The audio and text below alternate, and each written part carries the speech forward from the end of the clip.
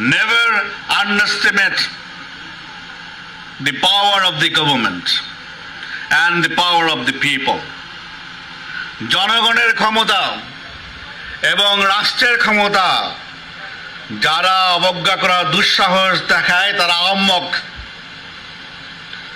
রাষ্ট্রের কাছে এই সমস্ত অপশক্তি, জনগণের কাছে এই সমস্ত অপশক্তি অতি তুচ্ছ।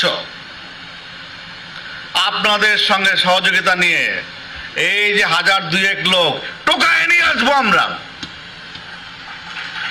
বাড়িতে বাড়ি থেকে টোকায় নিয়ে আসবো, মাটির তলে ঢুকলে সেখান থেকে বের করে নিয়ে আসবো।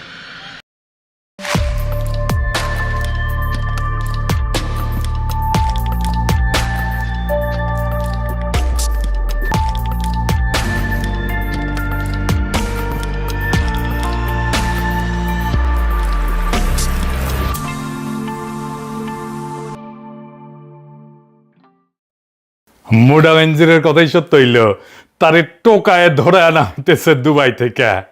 তবে এই দেখে খুব খুশি হইয়া যায় না, পিকচার কলে আভি বাকি হয় মেরা দোস্ত, ওইটা আমরা আজকে আলাপ করব।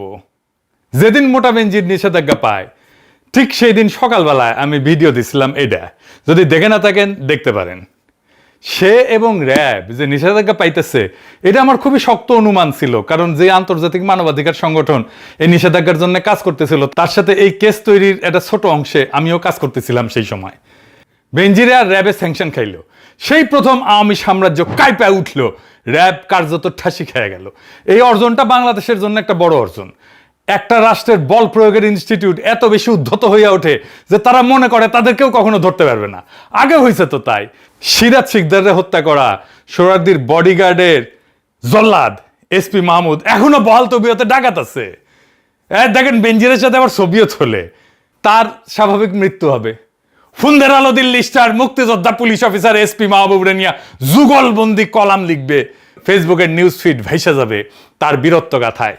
কিন্তু সে যে একটা বাটপাট ঠান্ডা মাথার খুনি বাল্যবন্ধু সিরাজ শিকদারকে কাপুরুষের মতো পিছন থেকে গুলি করে মারছে, সেই ইতিহাস কোথাও লেখা থাকবে না। আমি ইউনূস সরকারের আমলে আন্তর্জাতিক অপরাধ ট্রাইব্যুনালে কইছিলাম এই মালরে ধরতে, সিরাজ শিকদার সহ মুজিব আমলের গুম খুনের জন্য রিমান্ডে নিয়ে জিজ্ঞাসাবাদ করতে। আমি কইছিলাম কবে মরে যায় মরে টরে যায়, আগেই নিয়ে 3rd ডিগ্রি দিয়ে দেন। আমারে কওয়া হইলো একটা অভিযোগ লিখবে। মানে 20 কোটি মানুষের দেশে একজন মানুষ নাই যে মুজিব আমলের গুম খুন অত্যাচার নিয়ে, সিরাজ শিকদারের বিচার বহির্ভূত হত্যা নিয়ে অভিযোগ করতে পারবে। যাই হোক, বেনজিরের স্যাংশন থেকে একটা নতুন ট্রেন্ড বাংলাদেশে শুরু হয়েছে, নতুন উদাহরণ, নতুন এক্সাম্পল। মানুষের পক্ষে রাষ্ট্রের দমন পীড়নের মাস্টার মাইন্ডরা সমঝে চলবে। ডিজিএফআই, আর্মি, আরো কিছু খুনি অফিসারকে যদি সুতায় দেওয়া যায়, হাসিনা সহ হাসিনার কিছু মন্ত্রী এমপিরা সাইজ করা যায়, সব ঠান্ডা হয়ে যাবে। তাই এই বেনজির হইতেছে আওয়ামী লীগের হার্ড পাওয়ার। আওয়ামী লীগের সব পাওয়ার আছে কিছু, সেইগুলোরও সাইজ করতে হবে, সেগুলো আরো ডেঞ্জারাস। যেমন এই এনাস আলমগীর, এনাস মানে বুঝেছেন তো, আব্দুল তুষার, নটি, মেহরাফরোজ শাওন, জহুর মামুন, মঞ্জুরুল আলম পান্না, ফজা পাগলা, সবাই যারাই ফ্যাসিবাদের পক্ষে বয়ান উৎপাদন করে যাচ্ছে তাদেরই দৌড়ের উপরে রাখা লাগবে। এখন কইতে পারেন বাংলা লুথার কিং তো আব্দুল তুষারের সাথে লাঞ্চ করে লাঞ্ছিত হয়, হ্যাঁ, এনাস আলমগীররা তো ফোন মারে। হ্যাঁ, এইগুলোরে কেমনে সাইজ করবেন? হ্যাঁ, আরে বাবা, সেজন্যই তো কবি কইয়া গেছে, লুথারের কাজ লুথার করিছে, খাতির করিছে তাই বলে কি সাইরা দেওয়া হাঙ্কারের শোভা পায়? বাংলাদেশ তো এত সহজে শান্ত হবে না। একের পর এক বিক্ষোভ, অভ্যুত্থান, অশান্তি আর বিপ্লবের ঢেউ আসবেই। আমি কয়ে দিতেছি, লিখে রাখেন। বাকশালীদের দাবরানির উপরে কিছুটা হইলে রাখতে পারছিল ইউনূস সরকার, এই বাকশালীদের দাবরানির উপরে রাখবেন, দেখবেন রুলারের মতো সোজা হয়ে গেছে। এদের আওয়াজ বেশি, কিন্তু প্রত্যেকটা ভীরু কাপুরুষ। হাসিনারে তো পলাইতে হয়েছে, কেউ এসে রক্ষা করিছে? করে নাই। খালেদা জিয়ারে যেমন বালুর ট্রাক থেকে উদ্ধার করতে পারে নাই, ঠিক তেমনি হাসিনারও এসে কেউ রক্ষা করে নাই। এই দলগুলো এরকমই, বিএনপি আওয়ামী লীগ দুটাই এরকম। সোহরাওয়ার্দীর বডিগার্ড পটল তুলেছিল, কেউ আগে এসে দাফন করার কথা কয় নাই, এতই এদের জানের ভয়।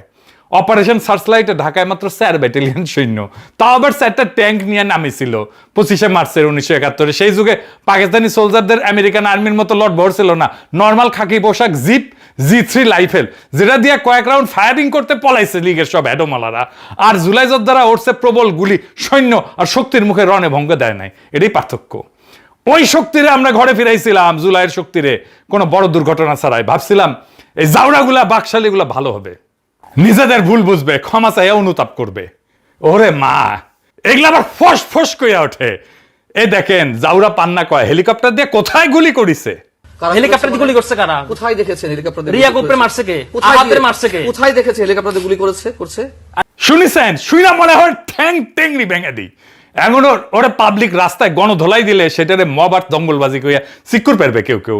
মনে রাখেন, আগামীতে যে যুদ্ধ আসবে সেই যুদ্ধের শুরুতে লীগরে আরো মানসিকভাবে দুর্বল করতে এইরকম কয়েকটা লিগেল লেসপেন্সারের জুতার মালা পরায় ঘোরানো লাগবে, পাছায় চাকা কঞ্চিতে চাপ গানো লাগবে। লীগের মরাল সাথে সাথে কোলাপস করবে।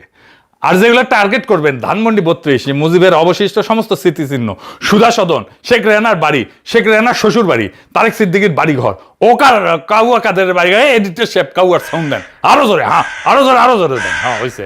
লীগের সব টপ নেতাদের শহর গ্রামের বাড়ি ঘর, লীগের সমস্ত অবশিষ্ট কার্যালয়, অফিস, সুপ্পুর বাড়ি ঘর, মুজিবের বউ পরিবারের নামে সমস্ত স্মৃতিচিহ্ন, স্মারক, বাড়িঘর, জাদুঘর মাটির সাথে মিশাই দিতে হবে। এখন কইতে পারেন আপনি নিজেই তো থামাইছিলেন। হ্যাঁ থামাইছিলাম, হ্যাঁ দেখেন। প্রিয় দেশবাসী, আসসালামু আলাইকুম। শেখ হাসিনা এবং শেখ রেহানা দেশ ছেড়ে পালিয়েছে। জনগণকে অভিনন্দন জানাই, সে তার ক্ষমতা ত্যাগ করেছে এবং এই লড়াইয়ে বিরচিত বিজয় অর্জন করার জন্য। কিন্তু শেখ হাসিনার ক্ষমা নাই, শেখ হাসিনাকে যারা পালাতে সাহায্য করেছে তাদেরও ক্ষমা নাই। শেখ হাসিনার বিচার করতে হবে, আমরা তাকে ফিরিয়ে আনব। জনতা রাজপথে, কোন সামরিক শাসন নয়, কোন জরুরি আইন নয়।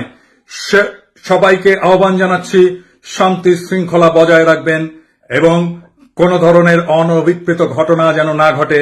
শেখ হাসিনার বিদায় হয়েছে, আমরা বাংলাদেশকে নতুন করে গড়ে তুলব। ইনকিলাব জিন্দাবাদ। কথা সত্য, এটা 5ই আগস্ট 2024 সেই সময় থামাইছিলাম। শুধু তাই না, হাসিনা পালানোর পরে 72 ঘন্টায় কি কি ঘটতে পারে সেটাও কয়ে দিছিলাম, কিভাবে শান্ত থাকতে হবে, কিভাবে শান্তি শৃঙ্খলা বজায় রাখতে হবে সেটাও কয়ে দিছিলাম।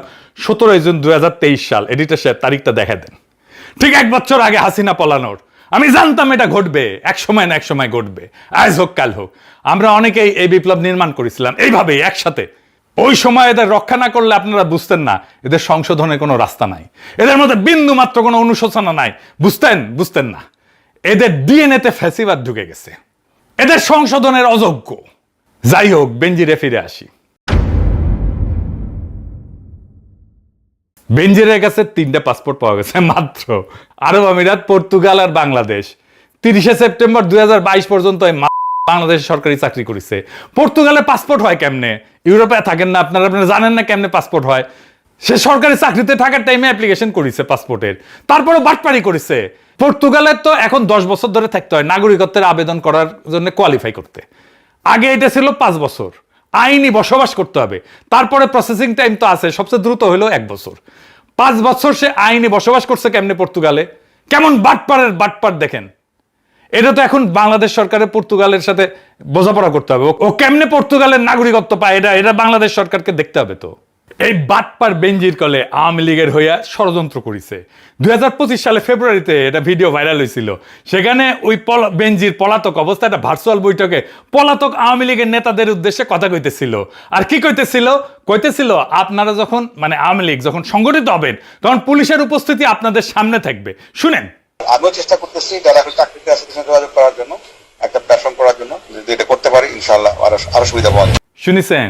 ওই আরো কইছিল বিএনপি এরশাদের আমলে অনেক এমপি পুলিশের ভিতরে নিজেদের লোক ঢুকাইছিল, সেই লোকেরা এখনো পুলিশে আছে এবং রাজনৈতিক অবস্থান নিতে প্রস্তুত। আর কইছিল পুলিশ আর প্রশাসনের 90% নাকি আওয়ামী লীগের সমর্থক। আসলেই তো তাই, হ্যাঁ। এবং তাদের সাথে যোগাযোগ রেখে পরিকল্পনা করা হইতেছে। আসলেই তো ওই কথা তো সত্য। পুলিশ অ্যাসোসিয়েশন তখন তো তীব্র নিন্দা জানাইছিল, কিন্তু কথাটা সত্য। কইছিল তারা যে এটা ষড়যন্ত্র এবং রাষ্ট্রযন্ত্রের সামিল। বুঝেছেন তো? বেনজিরের ওই পরিকল্পনা অনুযায়ী এখন আওয়ামী লীগের মিছিল হচ্ছে আর পুলিশ মিছিল করতে দিচ্ছে। এখন তো তাইলে বেনজিরের বিরুদ্ধে রাষ্ট্রদ্রোহের মামলা করা উচিত লুথার কিং এর সরকারের, ঠিক কিনা কন? তো এই মালে দুবাই কেন পছন্দ এটা জানেন না? আসেন দেখি। দুবাই কোনো বেনজিরের জন্য আকস্মিক কোনো গন্তব্য না, সেটা আগে থেকে গড়ে তোলা আর্থিক ঘাঁটি।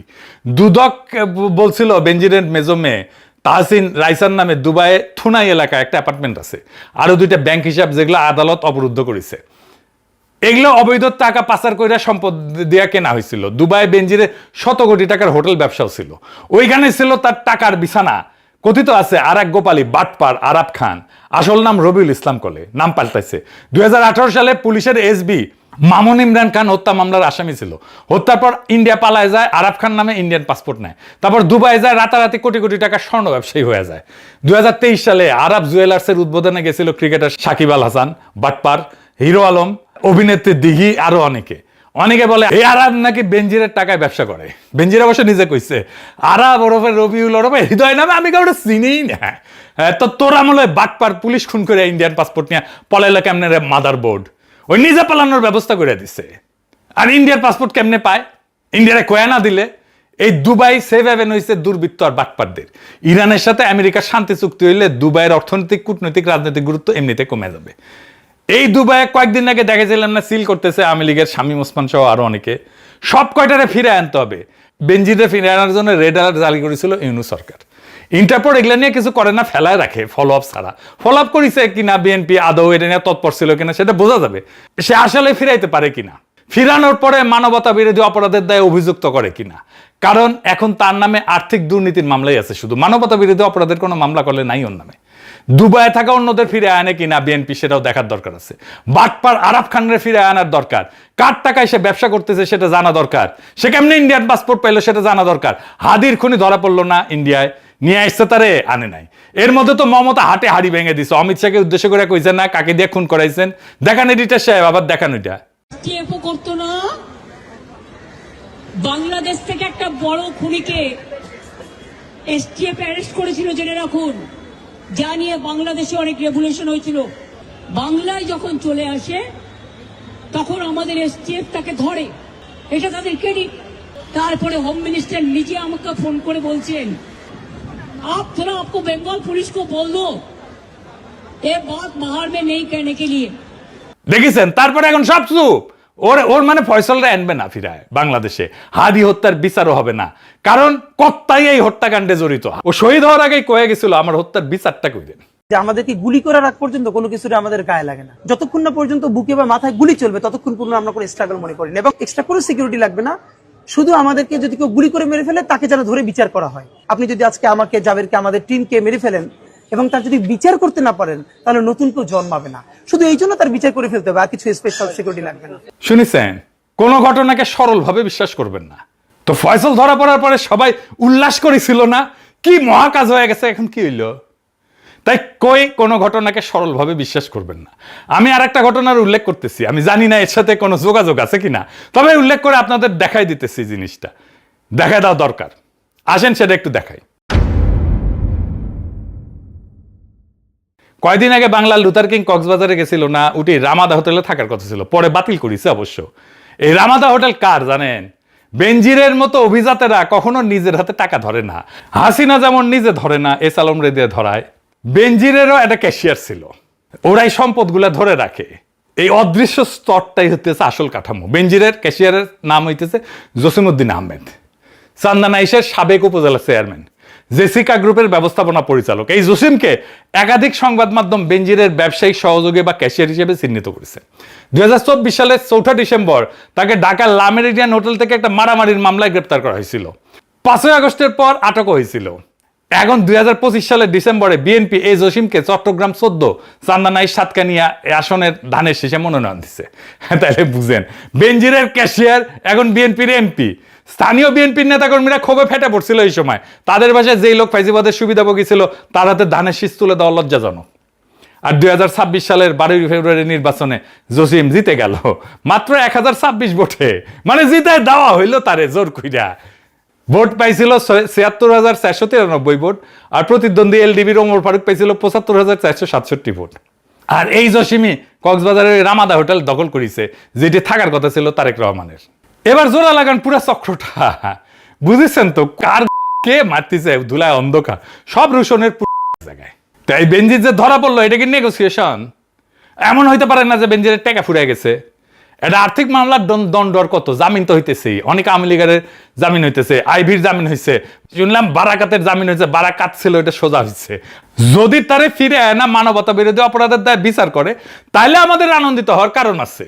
পলিটিশিয়ানদের বিশ্বাস করেন না, কখনোই না। বাংলাদেশে পলিটিশিয়ানদের বিশ্বাস করে না। ওরা ওদের মুখে এক অন্তরে এক। তারা যুগ যুগ ধরে পাবলিকরে লেমন জুস ধরাই দিয়ে বোকা বানাইছে। এই গ্রেপ্তার লেমন জুস কিনা সেটা আগামীর ইতিহাস বলে দেবে। সেই পর্যন্ত আমরা একটু অপেক্ষা করি, কারণ পিকচার আভি বাকি হ্যায় মেরা দোস্ত।